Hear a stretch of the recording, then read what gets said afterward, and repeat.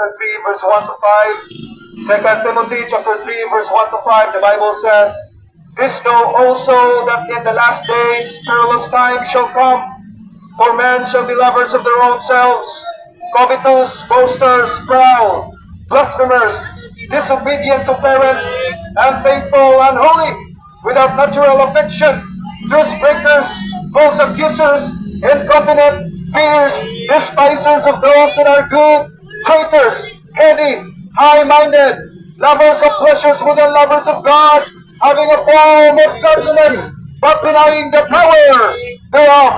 Higala, ningon ng Biblia, na sa ulahing mga adlaw nagsingabot na ang makuyaw o makalilisang ang ipangbuhat sa mga tao niining panahona. Number 1, higala, ang mga tao na higugma sa ilang kaugalingon. Ikaduha, ang mga tao na higugma sa ilang profesyon. Ikatulo, ang mga tao na higugma sa ilang edukasyon.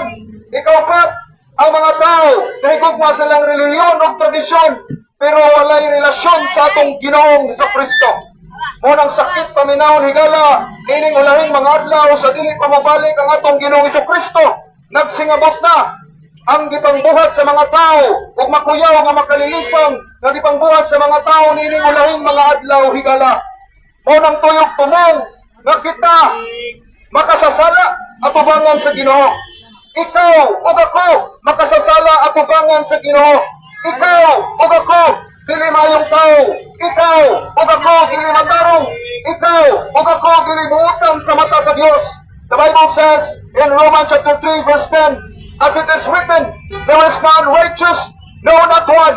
Ningon ng Biblia, walay maayong tao, walay matarong, wala bisan usa. Ikaw ug ako makasasala adto kay tambok sa linaw makalayo sa impierno. Ngunit kinahanglan kita ug usa ka manluluwas. Wala na ilaing makaluwas sa atong kalag higala. Only the Lord Jesus Christ siya lamang ang makaluwas sa atong kalag gikan sa kalayo sa impierno.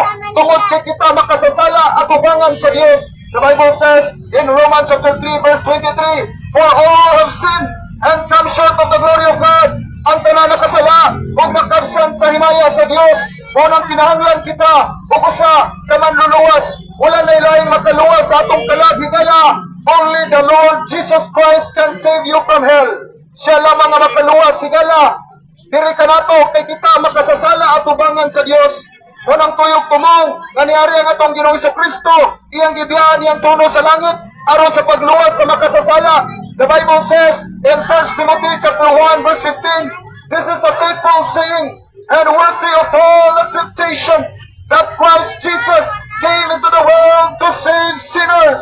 Niari ang atong Ginoong Kristo, iyang gibiyan iyang trono sa langit